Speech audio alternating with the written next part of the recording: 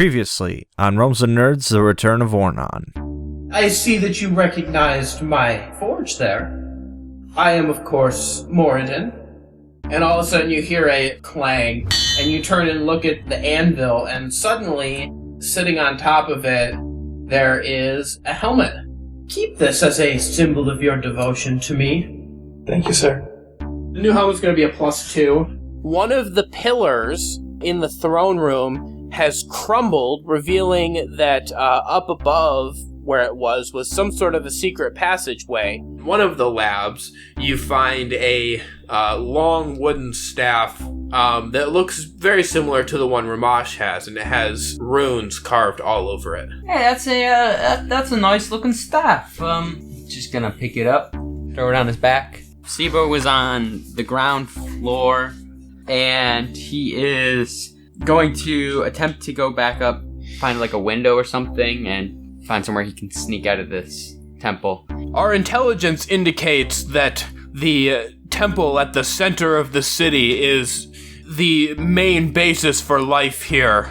If we can take that part, not only will we have good avenues into the rest of the city, but I believe they may surrender at that point. Seebo! Hey guys, you missed me? Where the fuck have you been?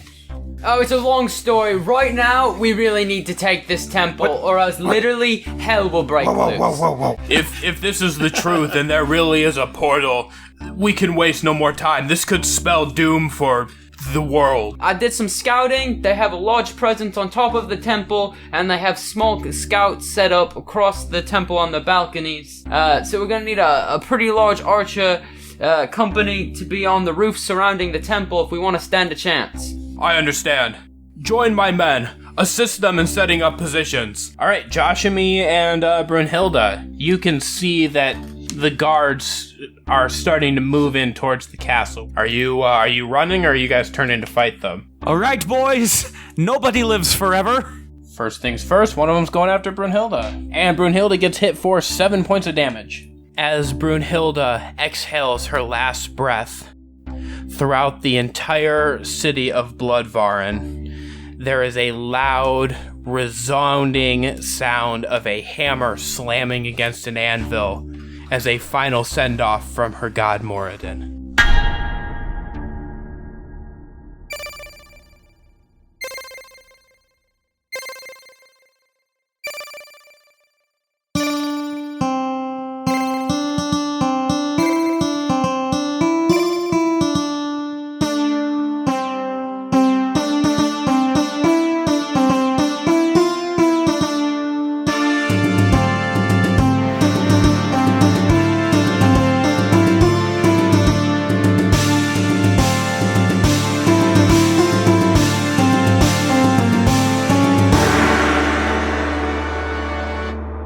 Okay, so as far as stats go, for everybody, I guess all living characters, except for Joshamee, roll for a short rest, health recovery, because you guys spent a couple minutes getting everything prepped for the fight, so that counts as a short rest.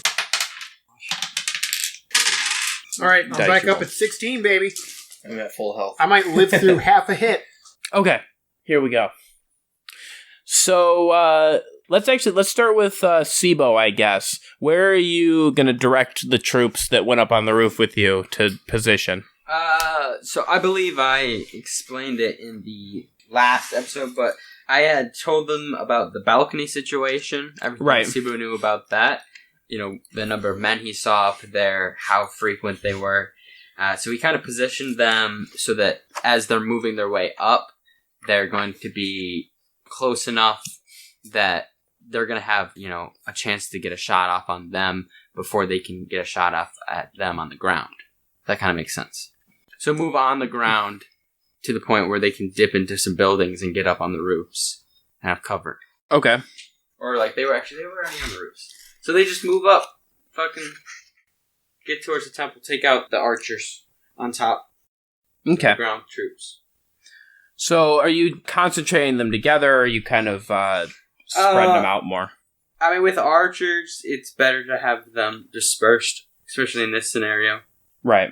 So just kind of like the whole like sort of 6th district there, just sort of like along the rooftops there. Right. I mean, at this point, I think the herd's been kind of thinned out. So the people that are there probably are a bit more competent, especially on their own if they survive this far. Yeah. Or lucky. Yeah, that too. So you have all of your troops set up there. For Rhomash and Mikhail, the plan is still just to march right up the main road, correct? 10-4, good buddy. Yep. Okay, so as you kind of come around, sort of approaching the last bend before you can get into, like if you're looking at your map here, there's kind of that, you come around that 90-degree turn, and then there's sort of a 30-degree angle kind of at the end of the road that opens out into the courtyard. And so we're about to enter the courtyard. So you're coming up close to that bend, and you can see that some troops have amassed kind of right at the exit to the road. Right in front of the temple? Yeah, like right at where the road is going to exit to meet the temple. What kind of assembling do they have? Are they kind of panicked, or are they kind of organized, and do they have commanders in armor? Can I do a perception check? Yeah, go ahead. Probably should just start with that. Yeah. You can ask the question and then roll the dice. It's fine. I was going to make them roll either way, so. 15? Okay. These troops do not seem to be panicked. Obviously, they are now mounting a defense in the center of their city, so they're not exactly overly confident, but I would not say that you sense a great deal of panic in them. The informations? Yes, they're formed up in rows. You can tell there are some commanders interspersed in them that are getting everybody into, kind of like whipped up into these lines to mount a suitable defense. And you can tell that they've angled themselves so that their backs are fully to the temple. Like, how closely to the temple? Like, right up against the outside, like guarding it, or? No, they've come up, the first lines are pretty near where the road exits into the courtyard, so they're a decent way away from the temple. They just have their backs to it. Well, how many does it look like it is? You're coming around the corner, so you can't see the full force, but okay. Several hundred you can see already. How many of us were there again? There's a couple thousand, I believe. You're still like several thousand strong at this point. Sure, we got this. You still got a good force. Oh, come on, we can take them. That's easy math to me. So, are you guys gonna do any flanking maneuvers, or are you just smashing it? Well, looking at the map, doesn't look like there's many. I'd prefer flanking maneuvers. Because you guys have minimize loss. Remember, you guys do have several commanders with troops under your direct control. So even if Michael's doing his thing, you can choose to take your troops in another direction. Our formation should be shielded, heavy troops to the front, archers to the back. The archers are on the roof. Yeah, archers on the roof. We don't have to worry about protecting them too much. Yeah. All we gotta worry about is trying to break a hole through these guys. Cavalry behind the the heavy troops. You have cavalry? That's what I'm thinking. I'm wondering, now, do we have cavalry? Limited. You do have some mounted soldiers. Not a huge amount. Especially since from its inception, this was planned as an assault on a city, and so they didn't really plan to have large-scale cavalry in the fight, just in general. So, alright, can I do a perception check of the temple to see if the main entrance is the only way in? Yeah, you can't really, from where you are, you can't really see a whole lot of the temple. Alright. You can see basically like the western wall of it, like you can see that kind of western corner, and that's about it. What you thinking, Mikhail? I say that we take our time with this, and we will have minimal loss. Or we can wait for the dragon to come roast us.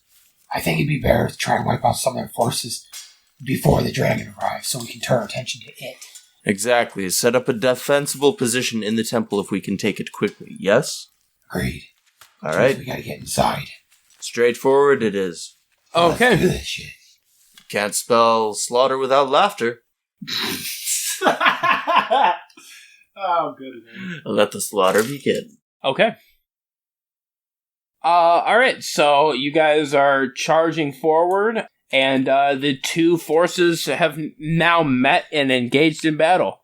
And we are going to jump over real quick to Joshamee. I think it was this way. Was it the other way? How did we get back to the portal thingy? Despite Joshamee not knowing where he's going, Sage and the rest of them do. And you guys quickly have maneuvered back to the main throne room and are now standing pretty near the spot where you started off, actually. I mean, there's only one way to go, to the portal. We away. I think that perhaps we should take the hole that you snuck in through, Joshamee. That's a pretty smart idea. Why didn't I think of that? Unless I did. Let's do that. We do that. Hey, DM, did he think of that? Was that my idea? I don't remember. Let me pray to my god first. Dear coin. The almighty capitalism. He's talking to me. Heads it was my idea. Capitalism Incorporated. Are you there? It's Joshamee called. I make my own luck. Okay, as the first few people start filing down into this hole in the ground, the doors of the throne room burst open, and a large group of elite drow warriors is charging towards you. Boodle. Joshamee's gonna try and get Brunhilde's body through this hole as fast as his little legs can. Okay, I need you to do a strength check. 6. Okay. You pull and you are not able to move her body very far. Can I get a little help over here? And these soldiers are about 50 feet away right now in their clothing. Can they even see us if we're down in this hole? You're still you're climbing in the hole right now. Oh, I thought that was after we started, some of them were still up there. Some of them Alright, but we're still were in the hole. You are still... Some people had already gone down the hole. You're still standing in the throne room right now. Hey, why would he not go first? Just because you didn't. When has Joshamee ever led the way anywhere? When the way is the way out. Alright, we gotta get it down into this hole, and we gotta do it fast. Come on, help me. I'm a little dwarf dude. I need help. Alright, Sage comes over to help you. Go ahead and roll again. 16. Okay. Yeah, the combined strength of the two of you were able to pull her body into the hole. Okay, while we continue, going through the hole, carrying her, Joshamee is gonna quick get out one of his dagger and hold it between his teeth so that way he can use both arms to carry her, but just in case the drows catch up. Okay. That's quite a visual. Thinking creatively. Which is very I gotta be ready for Give him a point of inspiration. I gotta be ready for the combat that's coming because you definitely are gonna make combat happen in this tunnel. Alright, so you're dragging her body as fast as you can. A few of these soldiers have climbed down in after you and are chasing you. Boy, we should have sure had some troops be on the other side to, fend them off. Joshamee, I don't know. I don't know if we can make it. I think we can do it. We might need to leave her. Her life depends on it. She's already dead. But we could throw her in the gelatinous goop that your king's in. He wasn't dead when they... Yeah, but the elf boy was, and we chucked him in there. I don't know. I don't know how that works. I don't know if that's even gonna work. Listen, if you think that we should just leave her, you don't have to help. But I'm gonna make sure to try and get it back. If we don't leave her, I don't know if any of us will make it. Then just go. Alright, well, she's gonna keep helping you pull for now, but these soldiers are getting really close. So what are you gonna do? Are you just gonna keep pulling on her, or? Yeah, he's gonna try and get her back to the goop. Okay. Well, so the soldiers have reached you now. That's going to be 21 against AC. Definitely gonna hit. I'm not He-Man or anything. I have the power! So that's going to be 6 points of piercing damage and 11 points of poison damage for a total of 17. Okay, these soldiers make a valid point. Maybe we should just, give her a good eulogy at a funeral. So Joshamee's gonna, he's Break saying, off an arm, "What's up?" take something with you. We're gonna Take the armor. wait. Take off the helmet. Raid the pockets and just run. I have an idea. Loot the body. Okay, well, while you're doing that, he actually gets another attack. He's going to make an attack on Sage as well. He actually rolled an 11 on that attack, so he's going to miss on that. Does Brunhilde still have her gear on her? Yes. Yeah. We're gonna use her as a shield. Nobody has looted her corpse to this point. Uh-oh. So Joshamee is going to, he's gonna take her hammer and helmet. Okay. I need you to do... Sleight of hand. Survival. Sleight of Why hand does he need against sleight the of hand on a corpse. dead body? No, I'm going to say dexterity, just because rounds of combat are pretty short, and you're going to need to be pretty quick. Isn't sleight of hand like stealing? Oh, I guess sleight of hand is a dex check. So we'll just do it as a dex check. I don't need a sleight of hand necessarily. Well, there goes his proficiency. How quick are your fingers? 8. Okay. I think with an 8, you are able to slip her helmet off, but you can't get the hammer out of the, loop where she held it on her belt. He gonna put that helm on as fast as his self can. Okay. And with that, Sage is going to chuck a smoke bomb and obscure the tunnel with smoke. And then she grabs you by the hand, says, "We need to go now." Want the hammer? I want the hammer. Fine. So, we're gonna leave, I guess. I mean, if you want to try and go back for the hammer, Nah. He probably can't take another hit like that. I would say you did take 17 hit points of damage on that hit. So, What's my Kill new me. AC with this helmet on, by the way? uh, Yeah, it's +2. Oh, yeet! What does that put you at? 13. it's That's gonna it? be, One spicy, healthy boy. You're still 3 under me. it's gonna be interesting. I have 16 as my armor flat. Also, you have an Mine's unbelievable 18. horror whispering into your ear now. Not really. Well, I'm not gonna say what I'm gonna say is you're now wearing the helm of a deity you don't believe in. So, Oh, God. He's gonna... Whatever keeps his head intact for him to run out. okay. It's So like, hell, Morden. Hell! What? Why did I fucking say that? What the hell? do you take a look back or do you just run? If I look back, that's gonna slow me down. Okay. We're gonna run. So, without a final look towards his fallen companion, Joshamee turns and runs with Sage to make it out of this tunnel, leaving the body of Brunhilde buried deep underneath the castle of Bludvaren to lay for all of eternity. As they're running, Joshamee's... I mean, at least she's technically buried, so we got that part done. Gotta get that hammer sound right there. Actually, No, we already had the hammer, remember? Like, rung out. but like it's a real light. as Joshamee and Sage near the end of the tunnel, they do hear the sound of hammers, but not the ringing hammer that they heard before, but a dull thudding noise. And as you reach the end of this tunnel, you realize that the first soldiers that came out have begun breaking free the supports at the end of the tunnel. And, you know what? Just to make this spicy, how about a dex save from you, old Joshamee? That's a critical fail. Fucking +6 dexterity. I was over here going I'll get a critical. Oh my god. What'd you get? 7! Nope. Lost your, you lost your second character there, boy. Probably did. Okay, He's poisoned, about to be trapped.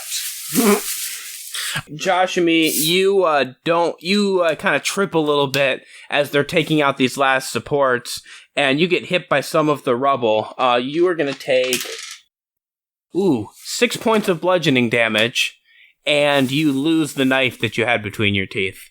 Oh, you thought he still had that between his teeth? You didn't say that he didn't, so... That's the fucking stupidest thing I, as a human being, have ever heard on this podcast. He put on a helmet. You know what? That's He fine. put on a helmet, but kept the knife between his teeth. Yeah. Yes. All right. When he put the helmet on, he had the knife blade going this way. Listen, that's fine though. A knife is a knife. He lost it once, and now he's got short swords anyway. Well, you've lost it. You've lost your set of your grandfather's favorite knives. Yeah. It was your grandpappy's pocket knife. Oh, he's a liar. Well, Here, that's not true. It was at a all. knife or it was your life, bud, so... Yup. All right. So you've now made it out. Let's jump to Seebo. You have seen the troops on the ground have just begun to engage. Okay. And you have command of the archers. What are you doing? Same thing as before. Well, you would just put them in you would just put them into position before you had actually done anything. as they start engaging. So are you concentrating? We're taking shots wherever we can get them. If that's at the archers on the temple, if that is at the troops on the ground, you know. Okay. Are you in particular didn't do anything, or are you just telling your troops to fire? Seebo's gonna make his way towards that point that kind of is made by that road. Right. So as he's on the rooftops, he's gonna concentrate on the temple. But as he gets closer to the edge, when he can start seeing over, he's gonna get some shots on the ground towards these people that are assaulting the ground troops. Okay. Let's just go ahead and roll plus your charisma. It's great. Fail. Well, I'm not charismatic. all of your archers are shit shots, and they barely hit anything. In fact, I think you maybe even hit some of your own guys on accident as your archers are firing. For Mikael and Rhomash, suddenly you hear a supernatural roar, and from near the back of where the enemy troops are, you see that a group of mages has been hard at work and have now released towards you a large metal-plated bowl, which you recognize as a gorgon. And it is As in the torture device or an actual live monster? live gorgon. actual live gorgon, and it is charging towards you. Okay, so gorgons are the ones we're not supposed to look at, right? You can look at it. I thought Gorgons were the things that rolled around in balls and lived on the mountain in Legend of Zelda. Goron. Gorons. There we go. That's right. It's been so long. Oh, we could use a Goron right now. No, you said it's covered in metal? Yes. Bowl Like a covered bowl? in metal. Toro. I'm thinking more of a minotaur. Ole. Nope. Straight up cow. Well, it's about to get fucked if I do this right. mother said. Come on, magic. Daddy needs a nat 20. Alright. Rhomash. Is it how far away resistant? from Is you it resistant to pretty much all kinds of damage? I don't know. How about we find out? You have to Well, find I out. mean, it's covered in metal, so I mean... Do your Probably take paladin trick again. Paladin? Paladin trick? I'm a druid. Yeah, I know. What you be talking about? Oh, you In the talking bank. about me, like, layering up my attacks? yeah. Against What do the you think paladin. I'm thinking of? The Probably- paladin trick. About how far away from me is it? Actually heated up the metal of that dude's armor. Oh! The dude was a paladin. That's exactly what I was thinking of. Very But cool. I gotta get Google. It is... Metal conducts heat. The gorgon is about 100 feet away from you and is closing quickly. Okay, once it's within 60 feet of me, Rhomash is going to cast heat metal on it. Okay. I choose a metal object, such as a suit of armor or whatever, that I can see within range. I cause it to glow red hot. Any creature in physical contact with it takes 2d8 fire damage when I cast a spell. And until the spell ends, I can use a bonus action on each of my turns to cause this damage again. And there's other stuff about them dropping it if they can drop it, but it's armor, so they can't drop it. So they're fucked. Unless you can. Armor. Some dude would have to go up there and rip it off the bone. And then burn he'd be his burned hand. too. Exactly. So, yeah, I'm going to It's try good casting naked. heat metal on it when it's within 60 feet of me. Because that's my range. So that would be a. You said it's what 100 feet away. Yeah.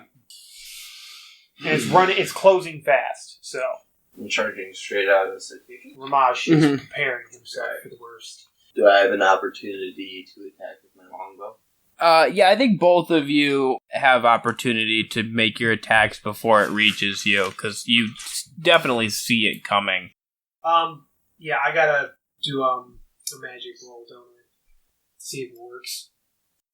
I mark it with Yeah. Hunter's Mark. I draw my longbow. That is 18 against AC. That does not hit. Okay. Oh shit. So then I use extra attack, and I am going to fire another arrow. That's a 13, so that's probably not cool. Nope. Okay, Rhomash. Okay, here we go. That was a 3. Okay. I rolled a motherfucking 3. I'm gonna die by my own hand. There goes my last second one of those spell slots, so I can't cast heat metal. So what happens with that is instead of directing where you want it to, it actually just explodes in a circle all around you. And everyone within a 10-foot radius of you that's wearing metal is going to take 1d8 of damage. Well, it's a good thing I don't wear metal. So I guess go ahead and roll a d8. Yes! Good thing I don't wear metal. Well, you only take 3 fire damage, so... I didn't kill anyone! Unfortunately. Actually, Jeff over there was very injured. He's dead now. Fuck Jeff! You know what? Fuck Jeff. I never liked Jeff to begin with. He's always ridiculing me. I would say, except for old Jerry, who was over there on his Last leg. last leg of old age. Hard. Some of his HP has been lowering over the years. Seebo, Yeah. could you do a perception check for me? Oh, sure thing. Perceive how many of your guys got shot with your own arrows. Oh, wow. Oh, wow. That's... Oh, wow. That's 30. Is Is that highest roll? Yes. Has anyone ever rolled a 30 before? What? Can't fucking say What I did you have. roll as your base number? So my... Oh, wait. 18. How is your modifier? How the fuck did you get 12? What? or more? 18, How do you Plus get 12? 12? 6, and I got double proficiency bonus, which is another 6. Proficiency fair. is 3. Yeah. So you're telling me you have double proficiency and then you double that? No. I'm confused. My number? This isn't some Lego game modifier. Whatever. Dude, it doesn't... However you want to do it, man. 20-something. Fucking know. I rolled an 18. He has God vision. Yes, I do. I can see And at everything. last, I see the light. Let me just blink here and turn on the augmented reality vision. It's like Predator mode for Batman plus the actual Predator. So we just turn on my 4K Anyways. vision. Reality lenses. With your eagle eye perception, you see this Gorgon charging your friends, and you have an opportunity to do something. Oh boy. Okay. He does the floss. How far away is... From where Seebo is, how far away is the Gorgon? Make me pull out my Pythagorean theorem here and shit. Oh, when I tried to use it before, y'all were just like... I mean, I don't know, you're like 3 stories up, and he's probably... Well, so you're... I don't know, let's call it like 90 feet. Alright, I'll use my short bow. And I'll take a shot. Okay. But first, with the monocle, you say that Seebo can see through anything that is less than a foot thick and not stone. And this is not stone. So can he perceive where the armor's weakest? Yeah, I mean, I don't think you really even need, like, a monocle for that. I mean, it has armor plating that's moving, so, like, wherever there's gaps in the plating is... He aims for the... Joints. Whatever kind of neck joint there would be. Okay. Is... 14. 14? 14. 14 is not going to hit him. Yeah. Twang. Okay, so with his movement speed, he is now 60 feet away from those of you on the ground. Well. So I guess at this point, since we did that, I suppose we should roll like an actual combat order. Since Right. this has now kind of officially become a combat situation.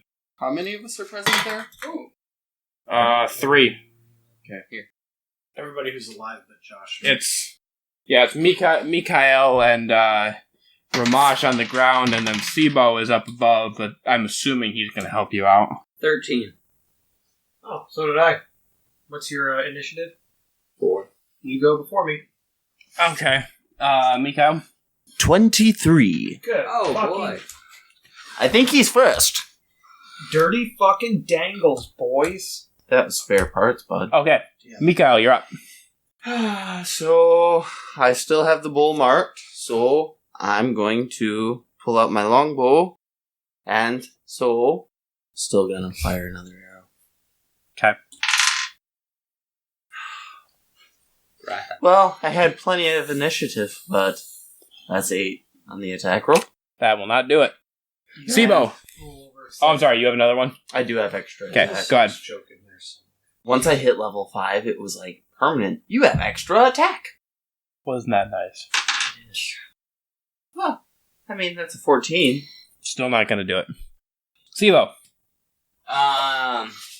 What is around Seebo on top of this root? Is there any kind of pole or anything sturdy? He wants to dance. I mean, yeah, I think you could... I mean, I don't even make you roll for that. I think you could find something that's fairly sturdy. Alright, Seebo is going to pull from his bag his 150... Or I think I have more than that at this point. I have 150 feet of hempen rope. Okay. I'm going to tie that to the mounting point on top of the roof. Okay. And then he's going to tie the other to an arrow. And he's going to aim for the Scorpion, not trying to pierce it, but trying to get the arrow to go in front of him or wrap around him. Okay. Go ahead. Just go ahead and do an attack roll here. 15.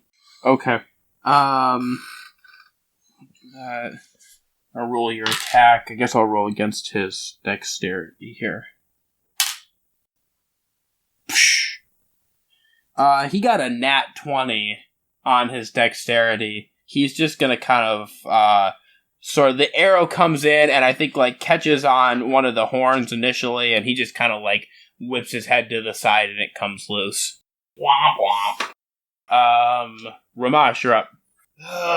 You said 60 feet away. Correct. And am I standing next to Mikael? Yes. Rhomash is going to move to, like, the right, away from Mikael, because he doesn't want the two targets in the same area for this thing to run down.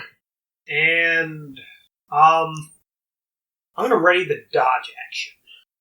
So Okay. every attack on me has disadvantage. Alright. Next up is the Gorgon. It's going to move another 40 feet and is now 20 feet away from you. Mikael.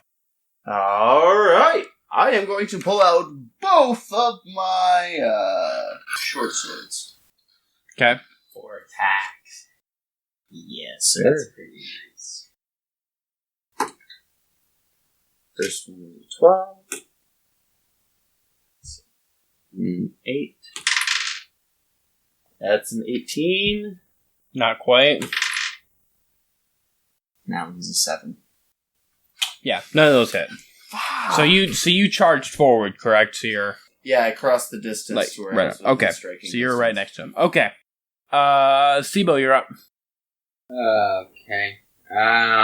Did you pull your rope back after that last turn, or If I was able to, then yes. um? I thought that would take, like, I didn't know how you would I think because there's like a round of combat going on while you're doing it, I think we'll say that that took the entirety of your bonus action. So this turn you don't have a bonus action or anything. Okay, but I have it. But you do have the arrow back, yes. Okay. Then I guess he's gonna try again. Okay. That is a 23. Okay. Actually, go ahead and roll damage on that as well. 7. Oh, 8. Okay.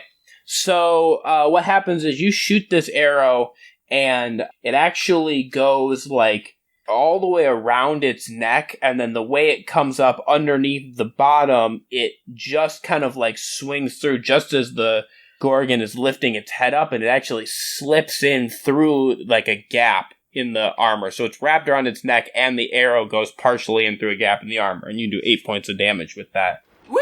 You see that, boys? Okay, so you have now lassoed the Gorgon. Rhomash, you're up. Rhomash is going to throw a produce flame at it. Okay. Do I need to roll, see if I do magic first? Do you want me to do Yep. Okay. That's a 12. With a 12, you are good. Business Normal? as usual. Oh, okay. Let's see if I actually hit the damn thing. That is 21. That's gonna hit. Fuck yeah! Finally, something happens. Okay. So it takes 11 points of fire damage. Okay. Oh yeah, now we're talking. You fucking Gorgon. Okay. Next up is the Gorgon, and it's actually gonna charge right past Mikhail towards Rhomash. And, gonna try to use its gore attack. It critically failed. Ooh. So here's what I'm gonna do with this. Rhomash, Yes. I would like you to do 2 things for me. First, do a perception check. Okay. And I critically failed my perception check. Okay. I was a little more worried about the thing He charging. takes that back. He only needed you to do one thing. Now do a strength check. Okay. I got a 10 on that. Okay. So here's what happens. The Gorgon is charging you. You are able to step out of the way of the attack. However, this, you do not see this rope that Seebo has attached to the Gorgon, and it catches you about chest height, knocks you over. However, it changes the Gorgon's direction because it pulls on its neck, and the Gorgon is going to rush headlong into a wall, and is going to take 7 points of bludgeoning damage as it slams into this wall. But you are now prone, Rhomash. Okay. Mikhail, you're up. Alright. I'm going in with the short swords again. How far away was the wall from Mikhail? Crossable distance? Yeah, 30 he feet? really, like, 25 to 30 feet. He actually hit right at, like, the point of where that block sort of sticks out. Because that was right about where Rhomash was standing. Okay. So he's probably within that 25 to 30 feet range. And First one up is a 21. okay. And actually, also, that doesn't matter for that one, but on this attack, you are going to have advantage on all of your attacks because he is stunned from hitting the wall. That one was a 19. Okay, so that one also hits. 13, 12, 12, and 9. So 2 attacks. So 2 hit, yes.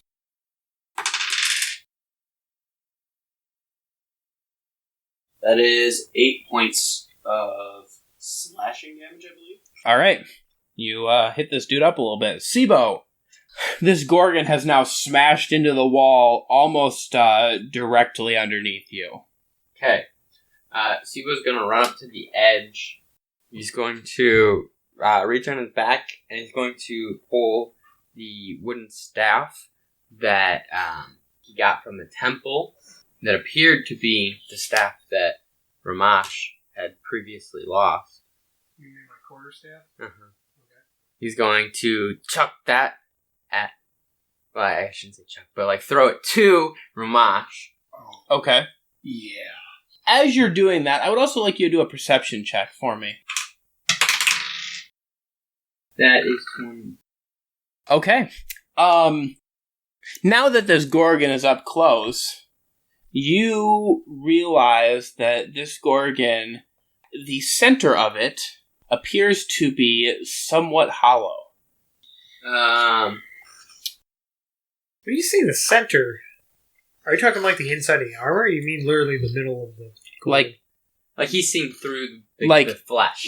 Yes, inside, through the armor, inside of it appears to be at least partially hollow. Seebo is going to pull out both his daggers. Okay. He's going to jump off the corner of this wall and try and land right on this Gorgon's shoulders, right by its neck. Are you just jumping off? There's that rope still, right? Or are you okay, you're using the rope? So a quick rappel. Okay, I was gonna say, because if you're just jumping, you're gonna need to make some serious rolls here for me, but okay, do an acrobatics check for me. 20, natural. Okay, you rappel down this rope with some quick, cool stunts, and you land right on top of this Gorgon. Alright, then he's gonna take both his daggers right to this dude's neck. Right at the base of, I assume the armor probably kind of bellows out right by the neck. It's right down in that gap. Okay. Natural 20. Okay. 15. Okay. You actually have advantage on your attacks as well. I forgot to mention that. Natural 20. Okay. You rolled 2 nat 20s. Go for it. That's our Seebo. Yeah.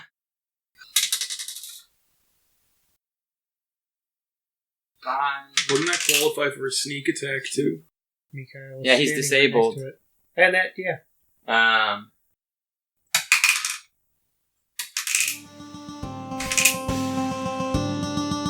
Alright, 14. Okay. Holy shit.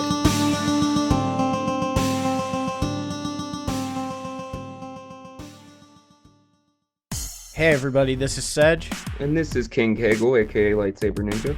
and we're 2 of the 3 hosts of Gaming Casual, a gaming podcast where 3 idiots discuss games in the gaming industry casually. Sometimes we get along, sometimes we disagree, and sometimes we go on 45-minute rants about consoles that haven't released yet. Hey, I'm innocent here. Bullshit. Check us out on Podbean, Google Play, Spotify, and wherever you get your podcasts. New episodes release every Thursday. And not for nothing, but every single person that listens to our podcast happens to be a genius. And attractive. Hey all, thanks so much for taking the time out of your day to listen to episode 27 of the Return of Ornon campaign. As usual, I've just got a few things to talk to you about before we get into the second part of the episode. First and foremost, if you're enjoying the podcast and haven't yet subscribed or followed, I would highly recommend it. You'll automatically get the new episodes as they're released, and if you turn on notifications, you can be among the first to know when the new episodes are out. Also, if you know somebody else that you think may enjoy listening to the podcast, please feel free to share it with them. When it comes down to it, word of mouth advertising can be and usually is one of the best ways to get people interested. It's like when you see a movie that you really like, and then you tell all your friends about it, and then they watch it, and then they tell their friends about it, and then they watch it. I'd also like to take the time here to say to those of you that have already shared our podcast with others in the past, thank you all so much. A lot of where we've gotten to today with the show is because of you, and we can't thank you enough. Another way to keep up to date with the show is to follow us on our social media platforms. We're most active on Twitter and Instagram, but you can also find us on Facebook and TikTok. And if you make a post about our show online, please don't forget to include the show's hashtag RealmsNerds. I don't want to say too much about this, as nothing has been finalized as of yet, but we're currently looking into a sort of partnership for getting merchandise for the podcast out. Assuming that it gets off the ground, I will be sure to let you all know as soon as it launches. I'd also like to give a reminder that you can watch both Harrison and myself over on our Twitch channels. We stream video games various days of the week, and these streams are typically family-friendly. Don't forget to check out the podcasts that are promoted at the start and end of the commercial break. Links for those, as well as all the things I've previously mentioned, and a link to a map of the Bludvaren area referenced in this episode, can all be found in this episode's description. Lastly, as always, I'd like to say a few thank yous. Firstly, to our friend Kyle for composing the show's main theme. Secondly, to all of you for all your listenership. And last but not least, to Harrison for his helpful input for one of the new pieces of music in this episode. I appreciate you all very, very much. Until next episode, stay safe, stay healthy, and stay awesome. In a world of utter randomness, one podcast stood out from the bunch. And it was The Amazing World of Talking Shiz. Sorry, I had to clear my throat there. Yeah, it's just mainly randomness. And focus is definitely not being focused on at all. No. Our podcast is definitely no theme at all. It's literally random and talk about literally everything and throwing in random jokes at any given time. Yeah. We're on Spotify, Apple, and Google Podcasts. So go ahead, tune in. New episodes weekly. And we're international. Yes. Very well. So tune in. Follow us on Twitter. See you there.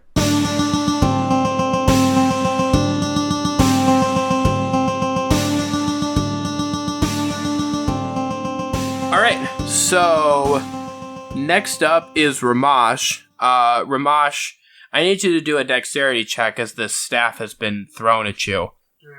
Make the moment cool. Come on, don't fuck it up. You just had to say something, didn't you? Jinx the roll. I got a 5. Okay, the staff hits you in the head and clatters to your feet. But it helps you get up quicker. Yeah, you are on the ground, so I guess it would actually help you get up a little bit. It's okay. I got a quarterstaff again. Fuck yeah. Rhomash picks up the quarterstaff. Okay. As you pick up the quarterstaff, and I'm assuming you're standing up, right? Correct. I want you to, out of this list here, pick the first one that comes to mind out of any of the martial melee. That comes to mind? Yeah, just whatever one you want to pick. Just... Oh, okay. I'll go with Greatsword. Okay. Roll an Arcana check. Oh, damn. Hell yeah, that's a 22. Okay. As soon as the staff hits your hand, you feel a sudden burst of energy, and you are suddenly holding a magical wooden version of a greatsword. What? So the characteristics of this staff are on an Arcana roll with an 11 or better. You can change this into any martial melee weapon that you choose. Holy shit! It's wooden, but does the damage. It's wooden, but it does the damage of a martial melee weapon. That's pretty great for a druid. Oh my fuck yeah! Okay, it was 11 or better. With an 11 or better on an Arcana check, yes. You can turn it into any martial melee weapon that you choose. Alright, let me write that down. Well, here, I'll do my attack first. No, just to change it. And if you fail the roll, it automatically, if it's not already a staff, it automatically reverts back to a staff. So let's say like you had a long sword, you wanted to make it a lance. If you fail, then it just goes back to... So it stays like a great sword until I choose otherwise? Yeah, so it's going to be a great sword. It's going to be a great sword until you choose to turn it back into a staff or whatever. Holy shit! Okay. Alright. It's disappointing its dad's staff. Didn't expect that to happen, but that's cool. Okay. He did find it in a magical lair, so... Yeah, you get our fist bump for that, my boy. Okay, I guess I'm gonna attack this mofo with a greatsword. Okay. Are you critical fail? You do get advantage on your rolls. Thank God! Oh boy. Because it's still that same combat turn. I went from a critical fail to 24. Okay, the 24 does hit.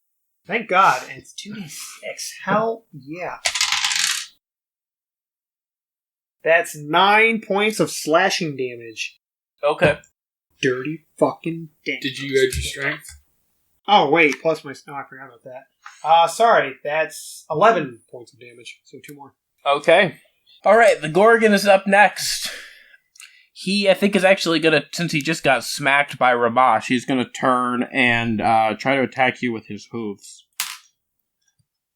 That is a 14 against AC. That ain't gonna do it. Okay. Miko, you're up. Alright. I am attacking with both of my short swords again.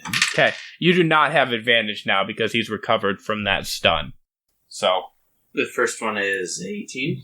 That's not going to hit. That's a critical fail. Okay. That's a 21. Wait, why are you rolling again? I have extra attack. Oh, that's right. You get 2 attacks with each. Yes, that's right. 2 swords. Go ahead. I forgot you got double attack with each sword. Go ahead. How are we rolling critical fails? 11. Okay, so the one hit. 21 and a critical fail. Yeah, so go ahead and go. We'll do. have Hunter's Mark still. Okay. Yeah, so go ahead and do the one that hit, then we'll go from there. 5. So that still does 10 damage. Okay. Go ahead and roll a dexterity saving throw for me. That's an 8. Okay. Because of that critical fail that you had, you do catch him with your sword, but you are going to get hit by one of his horns. Unfortunately, you're going to get you're going to get gored here. It's a bit gory. It's more than a bit gory, but ooh, that's 18 points of piercing damage. Oh, shit. Holy damn. As he catches you with this horn. Seebo, you are up. I'm also gonna tell you this because of your rolls previously and your 2 crits.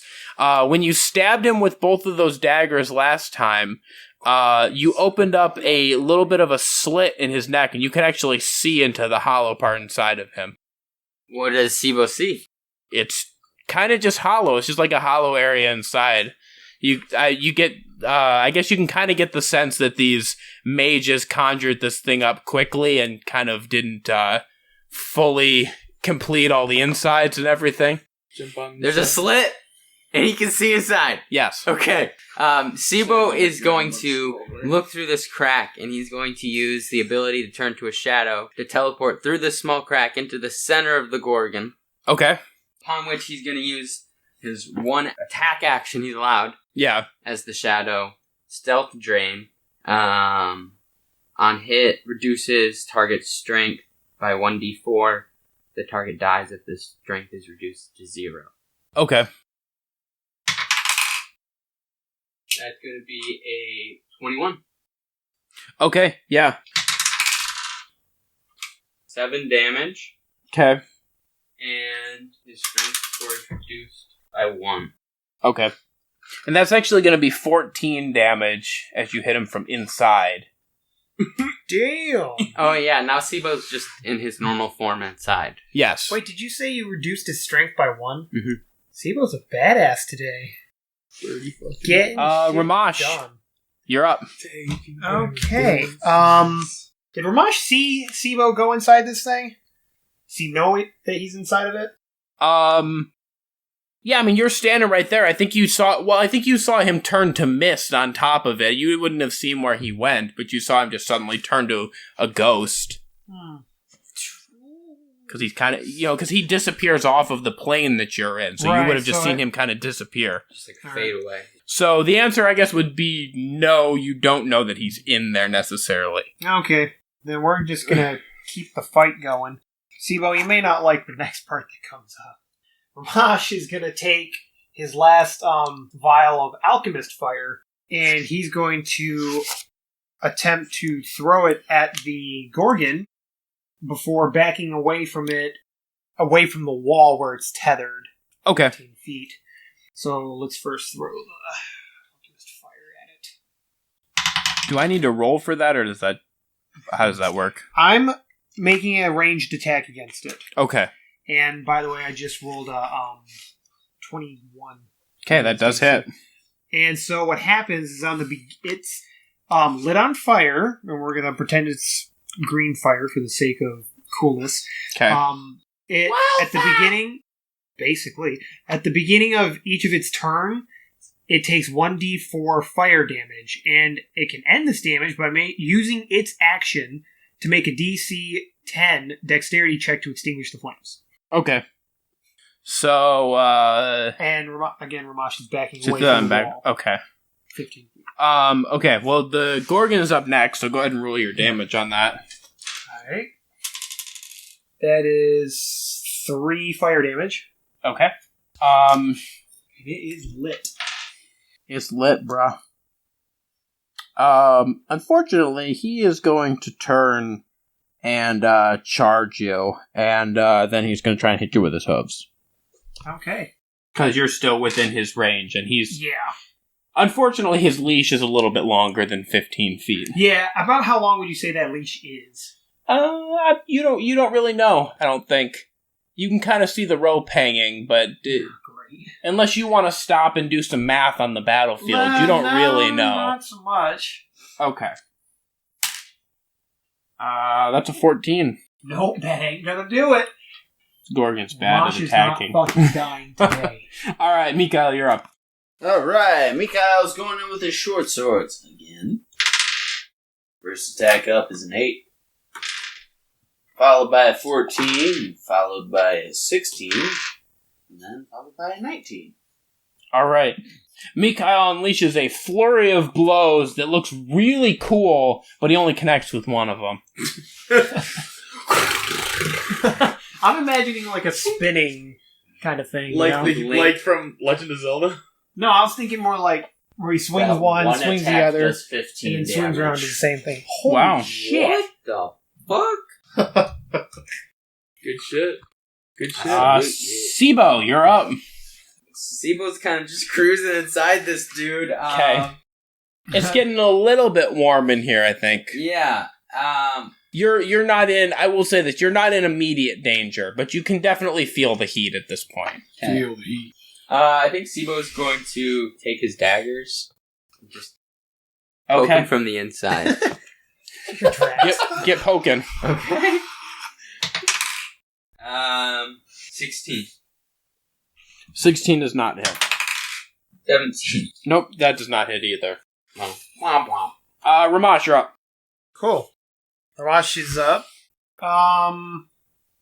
He's gonna back another 15 feet away from this thing, and fuck it, I'm gonna throw a produce flame at it. Okay. See what happens. Go ahead. Let's do. Actually, roll your attack. Roll your d20 first for the effect. That's an 11. Okay. Go ahead and roll your attack. Alright. It's a 9. Okay. You launch it normally, but it does not connect. Darn. Alright. Worst things have happened. I think I'm going to be okay. Okay. Next is the Gorgon, and it's going to turn its attentions on Mikael and try to attack him, I think with a hoof attack here. That's a 12, so that's not going to do it. This Gorgon's a little bitch. We got this. I wouldn't go that far, but... Yeah, he did take, what did you take, 17 points of damage? You need to take that fire damage. Oh, that's right. Yeah, go ahead. That's 3 more fire damage. Okay.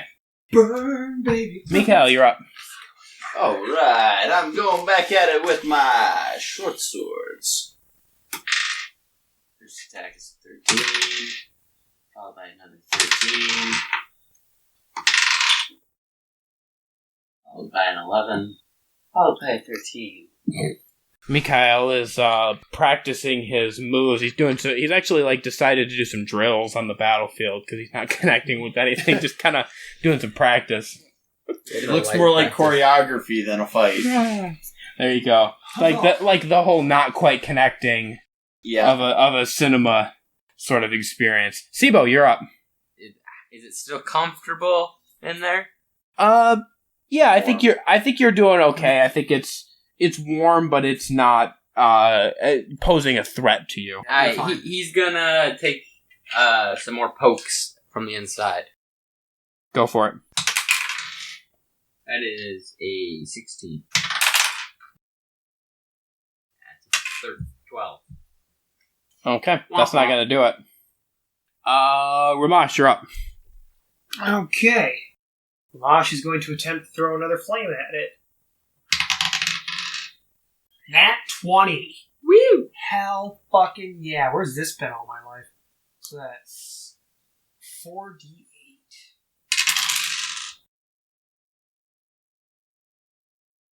26 fire damage. Okay. Go ahead and roll a d20 for me. Okay. I got a 7. Rhomash, your body suddenly explodes in fire as you take 26 points of fire damage. And divide that by 2 is 13, because I have a resistance to fire damage. I'm down to 3 HP. This is not good. All right. Next up is the Gorgon. I guess go ahead and roll that alchemist fire thing for it. That's 2 more bits of fire damage. Okay. And it's going to try and attack Mikhail again here with its hooves. That is a 26. Yeah, that's going to connect. Alrighty. That's going to be 12 points of damage it hits you for with its hooves. And Mikhail, you are up. Well, monster, I've taken your beating. Shall attempt to give you one return.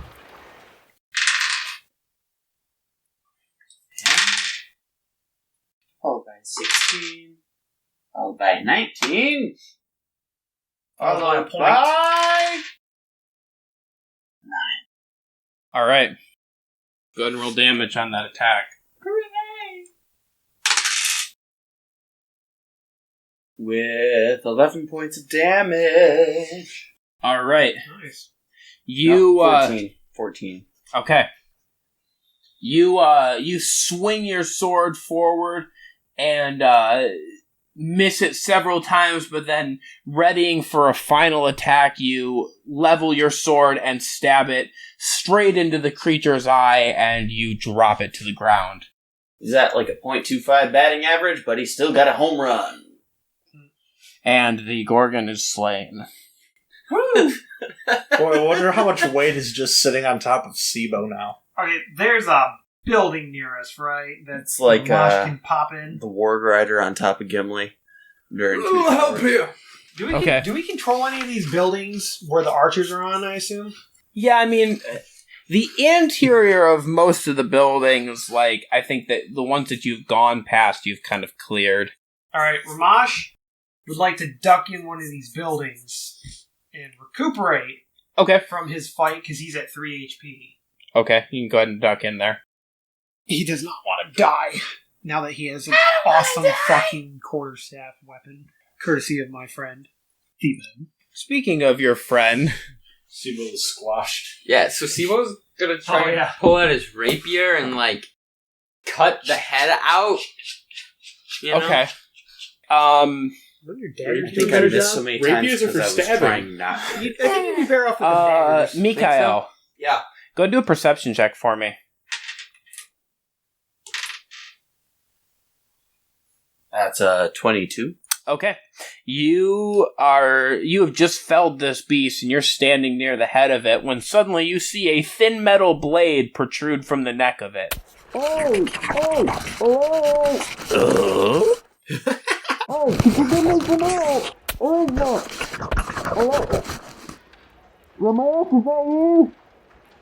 It is I, Mikhail. Hi, Mikhail. How's it going? Pretty good. I'm determining how I'm going to make a metal loincloth. Oh, well, I can help you with it in like 30 seconds. You want to take one of those short swords and just grab off his head for me? Yeah, let's attempt to pry you out of there, shall we? No, just remove the head, please. Alright, can I attempt to remove the head? Would that be a strength check? Yeah, go ahead and do strength. That's a 13. Okay. Yeah, Seebo, you do a strength check too. 7. Okay. Yeah, I think that Mikhail does most of the work here, but eventually you guys are able to get the head removed. Seebo kind of like births himself from the top of this gourd again. Hey, thanks for the help, man. Is it still on fire? I don't know. I think that the fire is kind of smoldering down at this point. That would still be badass. Thank you, Mikhail. You're quite welcome, my friend. Mikhail, because you rolled a 22 on your perception check, you also notice a movement in one of the side passages off to the kind of the edge of the area. Like there's that little kind of side road that intersects off of like where you are if you look at the map. Yeah. You see north. You see a movement. You see a very short figure with horns peeking its head out. About child size? Give or take. I'm not exactly paying attention to it. Okay. Fucking interesting storyline. Let's fight. I'm gonna continue looting the corpse of this giant metallic bowl. We're gonna melt it down to a chastity belt. It's a Neverlast. Yes. I'll bet. Okay. I mean, what are you trying to loot off of this bowl exactly? Extract metal. I want to make a plate metal set, but I believe he specifically. I know only 2 smiths, and they're both dead. Plate metal loincloth. Plate metal loincloth. Yes. What? So is Hansel dead? Ansel? Oh, that's true. Yeah, you know 3, but he's not anywhere that you can get to right now. The 2 that you know that are within this place are currently deceased. When Seebo gets out of the head of this Gorgon, he'd like to look around to see what the battlefield's looking like. Okay. I guess you perception then. 24. Okay. The battlefield is starting to kind of swing in your favor. You can see your troops are starting to press in. They're having a little bit of difficulty now. There are some mages that are in the temple and have started throwing some fireballs and whatnot down on the troops. But overall, they're looking pretty like they're kind of pressing the attack here. They're definitely not on a defensive stance. Okay. And I think that you also notice this small horned figure that Mikhail saw. Seebo is most definitely running over there. Okay. With caution. With caution? Bitch, please. Minor caution. About as much caution as Seebo gives. Okay. As you start to run, I think as you kind of enter that road, the head disappears. Hello, little buddy. Hello? Is anybody there? My name's Seebo. Could I help? Do you need anything? Are you still advancing here? Yeah, kind of just slowly walking into this alley. Okay. As you turn the corner, you come face to face with a tiefling. Hey. Hi, my name's Seebo. What's your name? And he just, gives him the straight up finger. No, Hi, what's up? His gnomish charm is what he gives. Howdy. Truly, he's a little intimidated. He's never really seen a tiefling in person before. Okay. It's Malleoculus Jr. How do you do? My name is Lord Sir Radian Malachi Nero Alchemist III, Esquire. A pleasure to meet you. God. Fuck. Okay, John can stay dead. This is the new best character. What was that middle bit? Listen, you're throwing off my whole sort of spiel. You gotta get with the times. Come on, man. Come on. I gave you the whole thing. I've been working on this for years now. My agent totally cut off from me. I've been stuck here I can't even tell you. These dark elves do not know anything about good art. Come on, man. Come on. Oh, so you're an artist. I mean, if the loot on my back says anything about who I am. Hey, me too, guy. I'm sorry, please, is there a nickname? Is there, could I call you Mally? If you're thinking about even deciding that my name has anything to do with that horrible barbarian who locked me up in the cage that I've been in for so long, I will dispatch you right now, sir. You may call me Ryder. Ryder, alright, I can go with Ryder. Well, Ryder, are you here to fight, or are you, more so looking for a way out of this, godforsaken village, town? Well, seeing as my contract has been all but expired, I would be willing to see if you could export me from this terrible place post haste. I would be very, very happy. Oh right. So we kind of have to go finish taking this temple. Do you know anything about this place?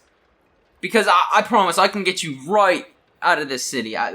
Smuggling is something I'm good at. It doesn't matter how big, how small, whether or not it's living or dead. Did you say dead? Well, maybe not dead, but inanimate. That's rather disturbing, but I would very much love your help. Well, yes. On second thought, I did mail this dead cat to this guy on a contract once. Please. He paid out of the nose for it. Please stop. Please. Okay, come on. Stop. Now.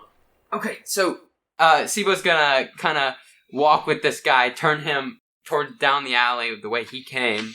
Don't you touch me. Don't touch me. Don't touch me.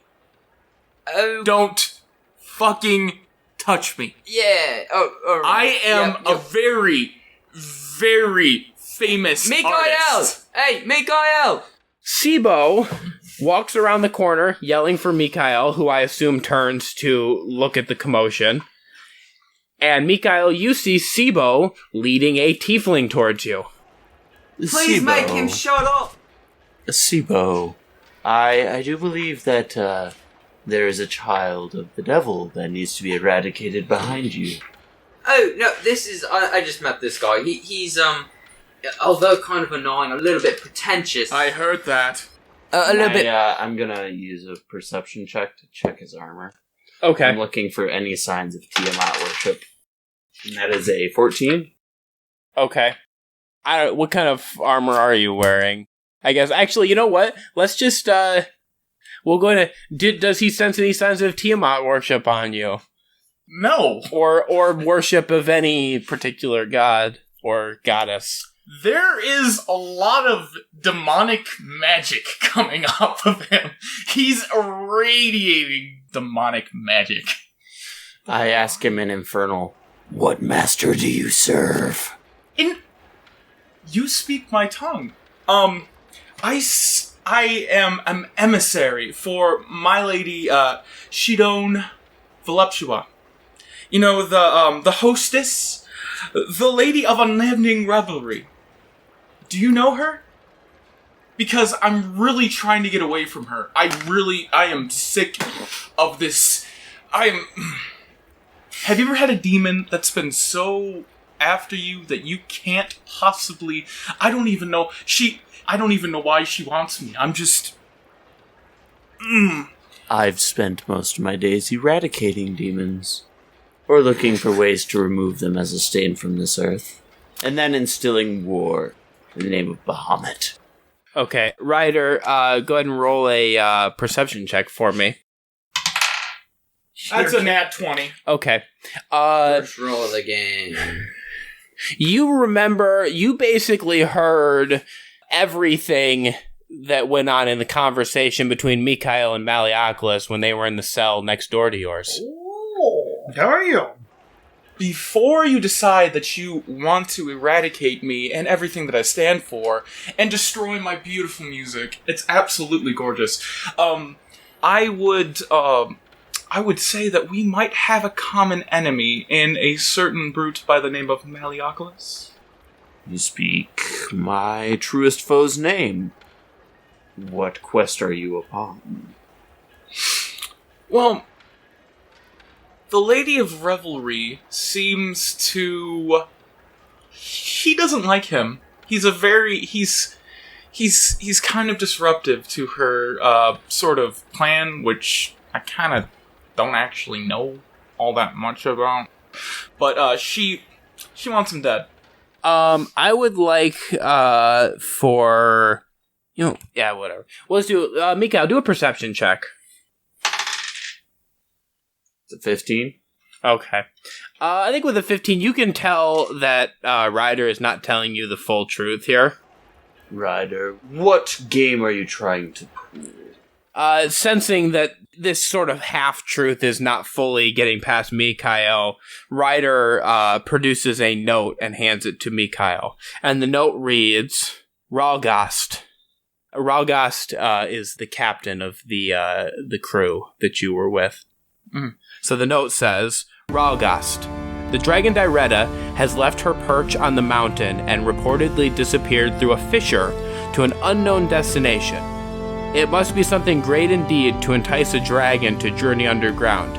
Take your team, investigate the caverns, and report back to the court. And it's signed with a very ornate and scripted BB4. Is that like BB-8's cousin? So, do a, I guess, history. I don't know. I guess that's the best way to do it. Or insight. That'd be a 16 history or an 18 insight. I mean, I think either one's going to work, but I guess insight's actually maybe better. Okay, so you recognize, you've heard of this thing called the court. You also recognize the signature of BB4. So the court is the Obsidian Court, which is the ruling body of the Blackwater clan. The Blackwater clan will say that they facilitate all of the less than legal transactions so they in this the area. Black market. Sure. And all things like prostitution, drugs, weapons.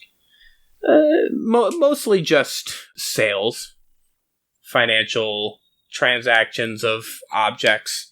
Need to borrow some money or buy a watch? Or to buy some death sticks? Well, but they're not above getting involved in other industries. So they're called the Blackwater? The Blackwater clan. They maintain a castle in the northeastern mountain region, near the sea. So they are to the east of like where Wolf's Hold is, but they're right on the edge of the sea. Okay. And the signature BB4 is the signature of Bronn Blackwater IV, who is the head of the Blackwater clan. What the fuck is happening? I have no idea. Actually, very confused.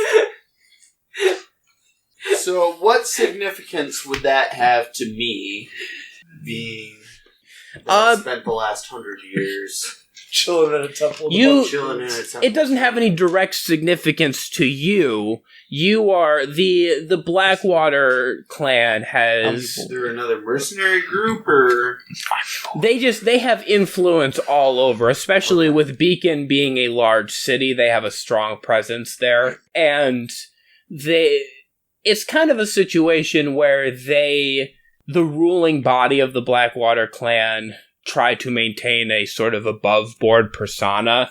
So you are aware of them just as nobility, as you would be aware of any other noble family. But you also know that they're involved in black market trading. Does Seebo see this less letter? than legal activity? Mikael is currently holding it, but you can look at it if you choose to. Okay. Does Seebo notice anything on this letter? I mean, yeah, I think you read it, and you don't even need to roll. You're a criminal. You know all about Okay. You know all about the Blackwater clan, and you know exactly who Braun Blackwater is. At this point, Rhomash is probably walking back out of the building after recovering a little bit. Does he see this going on? I think you see the conversation. You're still a ways away, though. He's going to start walking towards him. Okay. Mikhail and Seebo, you've both just read this letter, then. Oh! You're one of those people.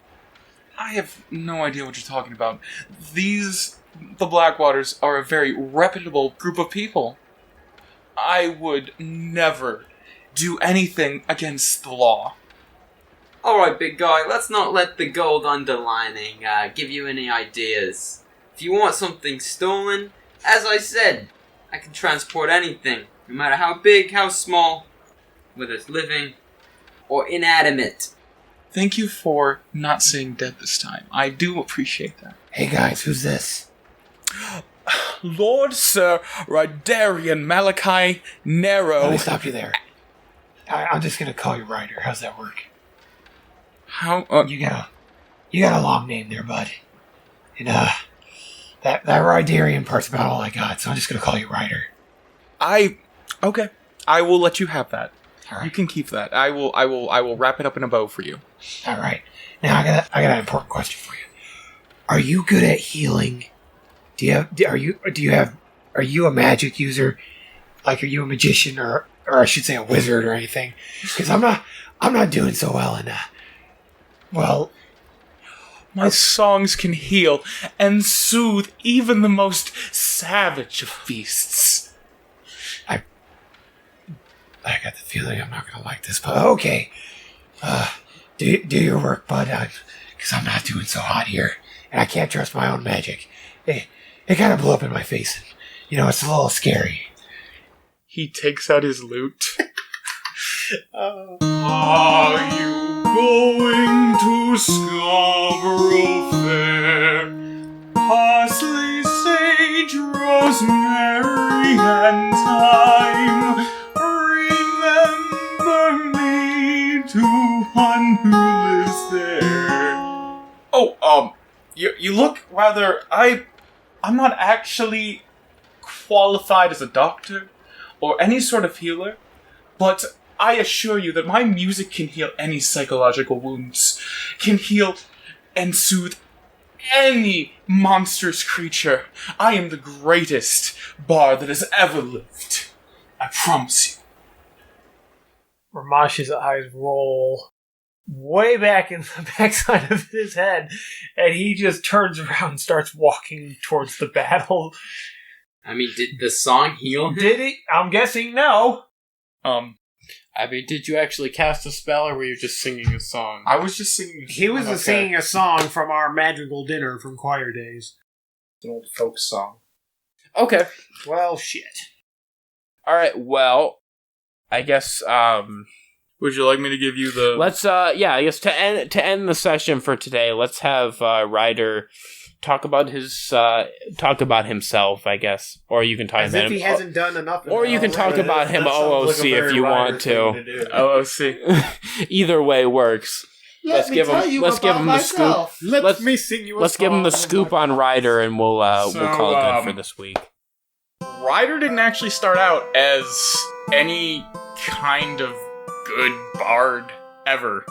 He was kicked out of every bar, every tavern, every child's birthday party he ever played at.